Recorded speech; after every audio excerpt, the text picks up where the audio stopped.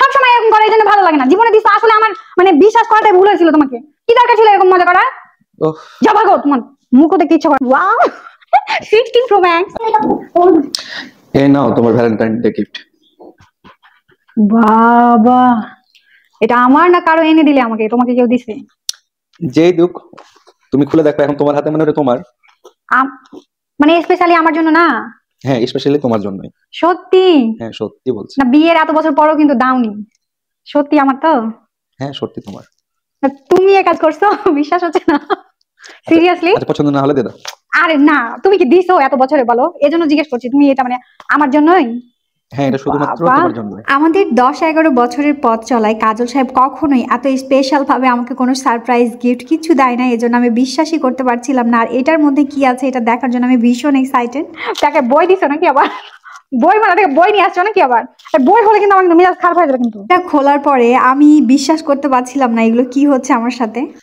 কিরে কিরে বাবা, ফোন নাকি? ফোন ফোন ফোন কিনছো তুমি আমার জন্য?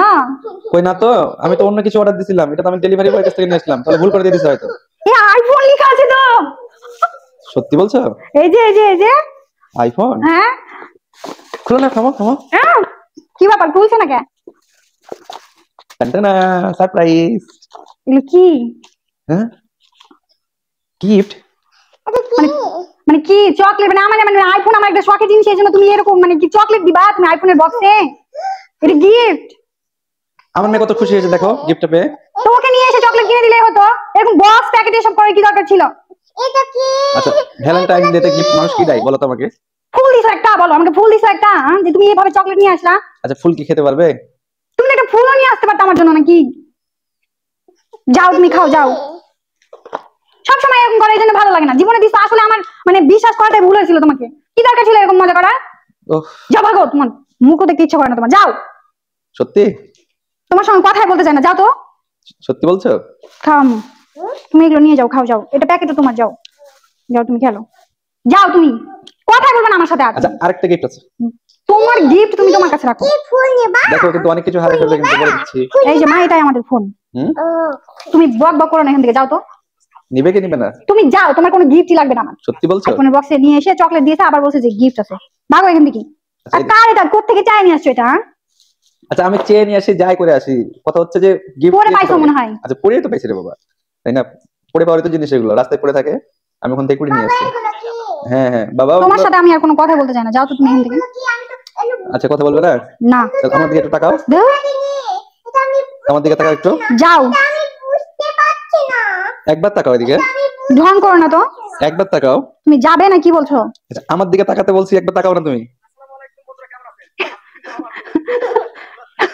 দেখি 16 প্রো ম্যাক্স। এটা কি? এই এটা আমার না আবার অন্য কারো? এই তোমাকে বিশ্বাস নাই, আগে বলো এটা কার? আসলে বললাম যে সবাই তো ভিডিও বানাচ্ছে, আমারও তো একটা ভিডিও বানানো দরকার, তাই না? তাই একজনের কাছ থেকে শুনো তো, কথাটা তো শোনো আমার। একজনের কাছ থেকে আমি 2 ঘন্টার জন্য ভাড়া নিয়ে আসছি। কাহিনী করো। সত্যি? কি ব্যাপার, সবকিছু যেমন হচ্ছে ঠিক করে নিয়ে আসছো? কি ঠিক করে নিয়ে আসছি? এই যে ফেসবুকের এখানে যে আমার আইডি লগইন করা আছে, তুমি তো আমার পাসওয়ার্ড জানতা।